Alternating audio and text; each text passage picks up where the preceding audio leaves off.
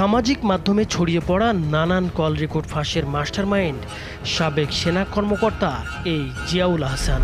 এই ফোন আলাপ ফাঁস হয়েছে, এরকম একটি ফোন আলাপ ফাঁস হয়েছে। ফোন আলাপে এমনটাই তথ্য মিলেছে। এছাড়া আয়নাঘর তৈরি, অসংখ্য ব্যক্তিকে গুম, খুন ও বিচার বহির্ভূত হত্যাকাণ্ডের সাথে জড়িত রয়েছেন তিনি। তথ্য প্রযুক্তি খাত থেকে হাজার হাজার কোটি টাকা লুট করেছেন জুনায়েদ আহমেদ পলক এবং সজীব ওয়াজেদ জয় সিন্ডিকেট।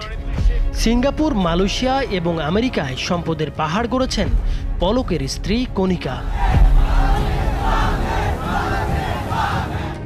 অন্যদিকে ছাত্র আন্দোলনে গুলি করে ছাত্র হত্যার জন্য দায়ী শেখ হাসিনা, ওবায়দুল কাদের এবং সাবেক স্বরাষ্ট্রমন্ত্রী আসাদুজ্জামান খান কামাল।